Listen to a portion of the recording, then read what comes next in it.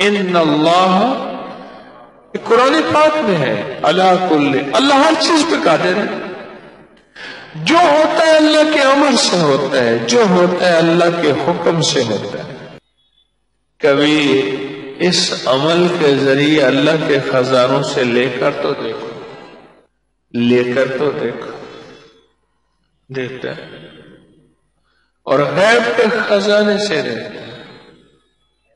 کبھی بھی کوئی ایسی چیز ناممکن ہو، ناممکن ہو، ناممکن ہو، اور آپ کا دل کہتا ہے، آپ کا من کہتا ہے، آپ کا جذبہ کہتا ہے، آپ کی سوچیں کہتی ہیں، آپ کا خیال، آپ کا گمان، آپ کا احساس، آپ کا ادراک کہتا ہے یہ ممکن ہو ہی نہیں سکتا.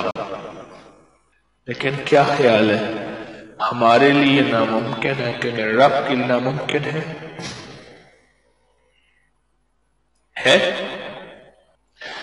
اللہ سے یقین کے ساتھ مانگیں اور یہی پڑھیں، ان اللہ علی کل شیء قدیر، اللہ تو ہر چیز پہ قادر ہے.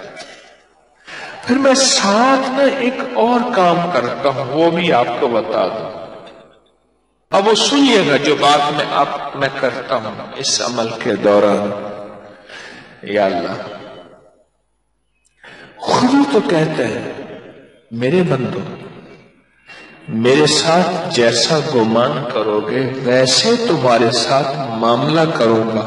اللہ میں نے 100% تجھ سے گمان کر لیا کہ یہ چیز تو مجھے دے رہا ہے، دے دی اور ہو گئی. سمجھ آئی؟ دے رہا ہے، دے دی اور ہو گئی.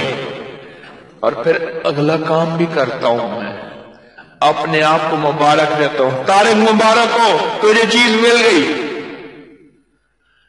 اندر کہتے کہاں ملی؟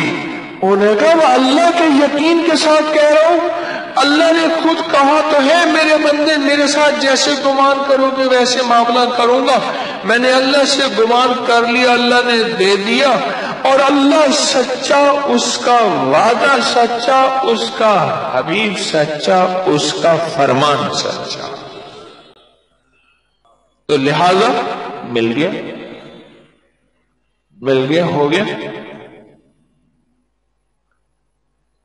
اس یقین کے ساتھ ان اللہ علی کل شیء قدیر.